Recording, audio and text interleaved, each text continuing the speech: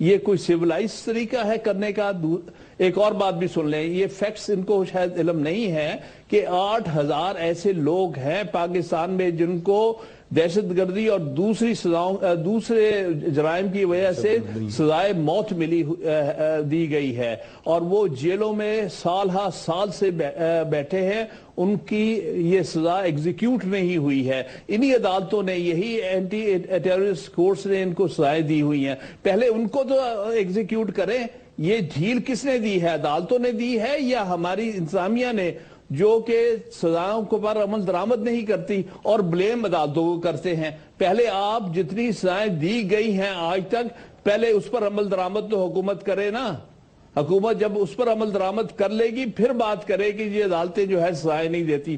جن کو سزائیں دیتی ہیں ان کو آپ ایگزیکیوٹ نہیں کرتے، اور وہ لوگ بیٹھ کر جیل میں وہ ٹیررسٹ نیٹ ورک چلا رہے ہیں، تو غلطی کس کی ہے؟ طلال چودھری صاحب معنی میں چیزوں حکومتی نمائندے بیٹھے ہیں ہمارے پاس، ان سے جان لیتے ہیں۔ جی طلال چودھری صاحب کیا کہیں گے اس پہ آپ؟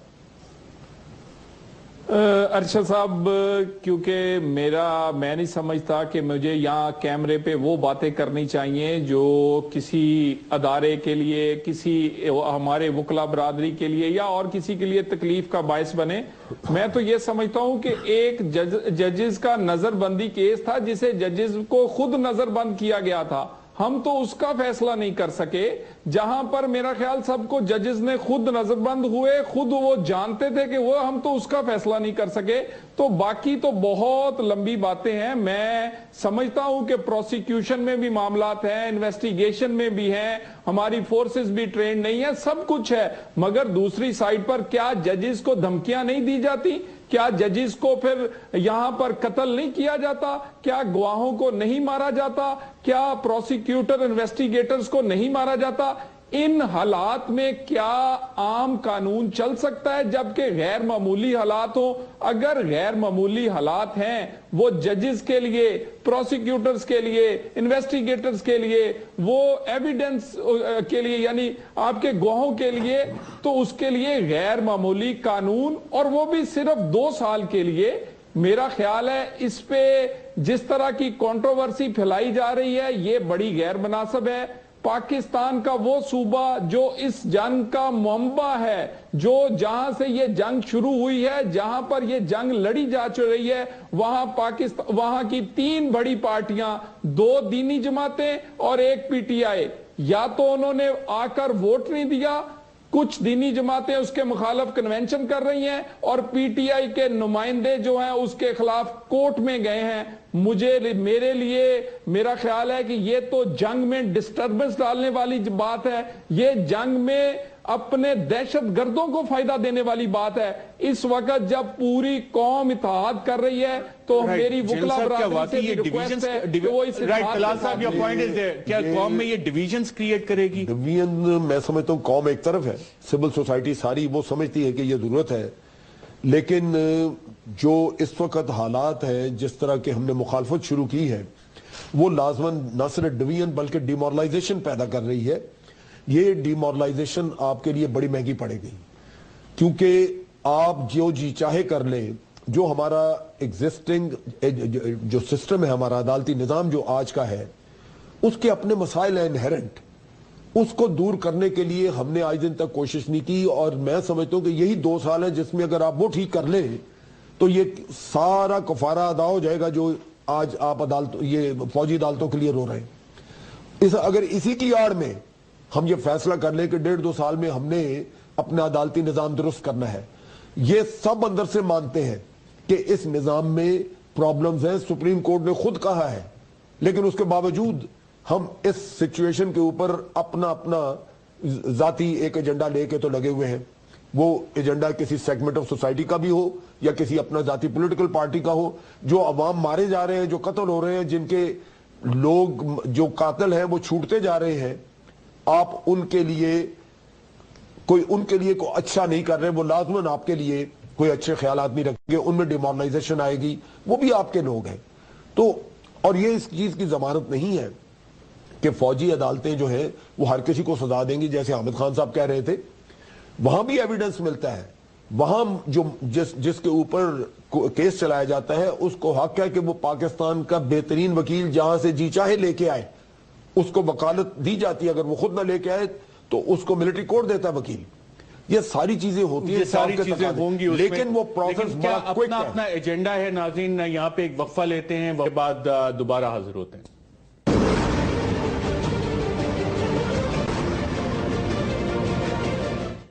ویلکم بیک ناظرین. پاکستان کے آئین میں آرٹیکل 5 کہتا ہے کہ پاکستان کے آئین کی اوبیڈینس ہر شہری کی بنیادی ڈیوٹی ہے. بیرسٹر شعیب رزاق صاحب، جب ہم بات یہ کرتے ہیں ملٹری کورٹس 21ویں آئینی ترمیم ہوئی، اس کے بعد آئین کا حصہ بن گئی.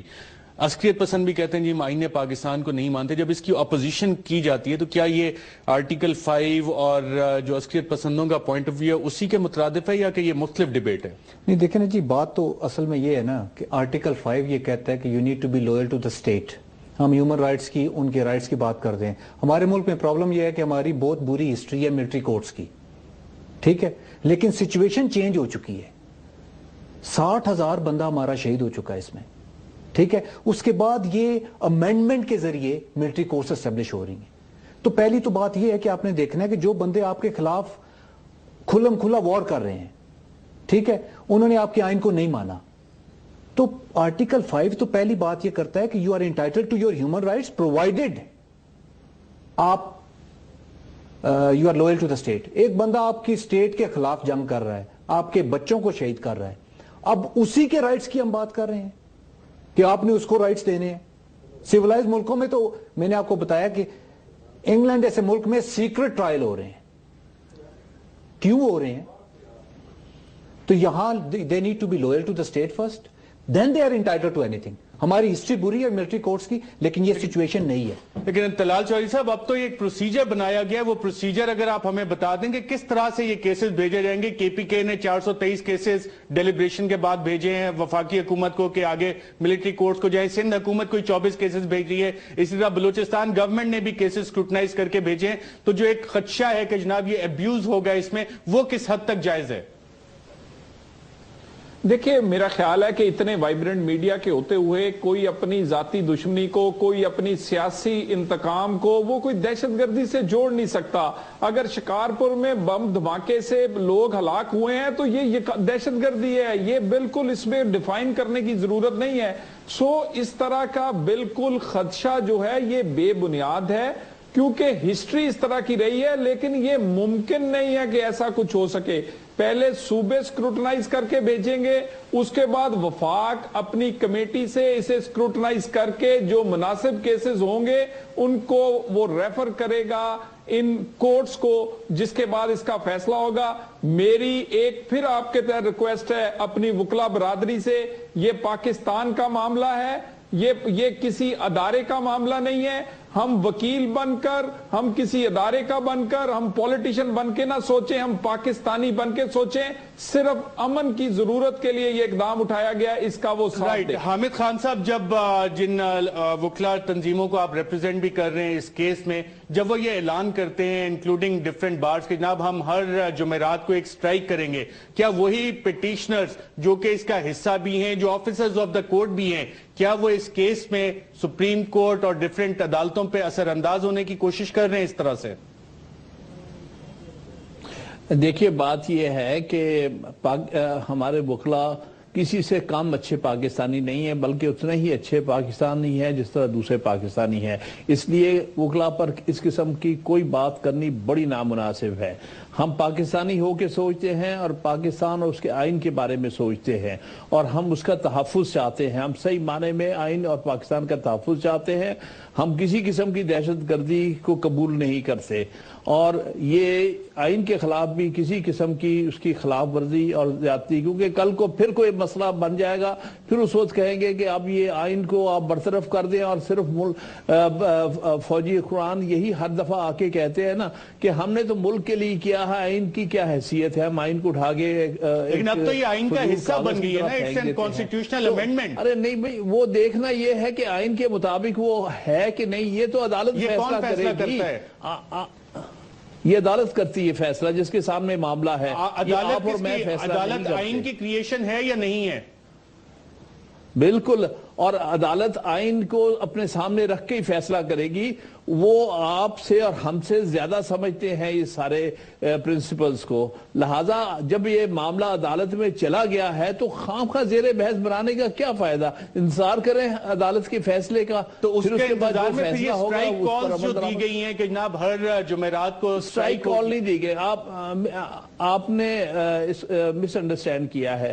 کوئی اسٹرائک کال، یہ کہا گیا ہے کہ ہر جمعرات کو ہم کالی پٹیاں پہنیں گے ان پروٹیسٹ. ہم نے ایک پروٹیسٹ کا کہا ہے، ہم نے اسٹرائک کا نہیں کہا، ہم نے کام چھوڑنے کا نہیں کہا. چلے یہ کہا ہے کہ اچھی بات ہے جو آپ نے کلیریفائی کر دی ہے کہ وکیل ارشد صاحب یہ امینڈمنٹ کرنا پارلیمنٹ کا حق ہے. ہمیں پاکستان اور پاکستانیوں کے تحفظ کے لیے ایک نہیں 10 اور امینڈمنٹس بھی کرنا پڑی ہم کریں گے. یہ پارلیمنٹ کا حق ہے اور اپنا حق استعمال کریں گے عوام کے نمائندے ہونے کی حیثیت سے. سپریمیسی پاکستان کا جو آئین ہے اس میں سپریم کورٹ کیا کریشن ہے؟ اس آئین پاکستان کی پارلیمنٹ کی کریشن ہے یا نہیں ہے؟ دیکھیں جی، آئین کی کریشن ہے. آئین کون بناتا ہے؟ آئین تو بناتے پارلیمنٹ بنائے گی. آئین بنانا پارلیمنٹ کا مسئلہ کیا ہے؟ مسئلہ مطلب یہ تو اصل میں اسے پاور ہنگری سوسائٹی جس کے پاس چانس لگتا ہے وہی اپنی طرف کھینچ لیتا ہے. بیرسٹر شعیب رزاق صاحب، حامد خان صاحب، طلال چودھری صاحب، امجد صاحب، سب کا پروگرام میں شرکت کا شکریہ.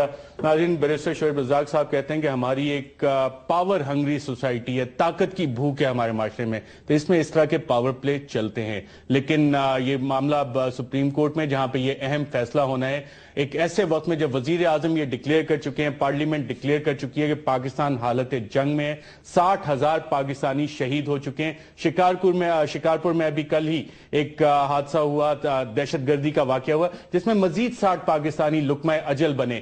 16 دسمبر سے اب تک یہ تعداد 250 کے قریب پہنچ چکی ہے. پاکستان حالت جنگ میں. تو اس طرح کے پاور ہنگری گیمز اگر ہو رہے ہیں نہیں ہونے چاہیے. لیکن ہمارے وکلا بھائی جو ہمیشہ آئین کی سپریمیسی کی بات کرتے رہے ہیں، پارلیمنٹ کی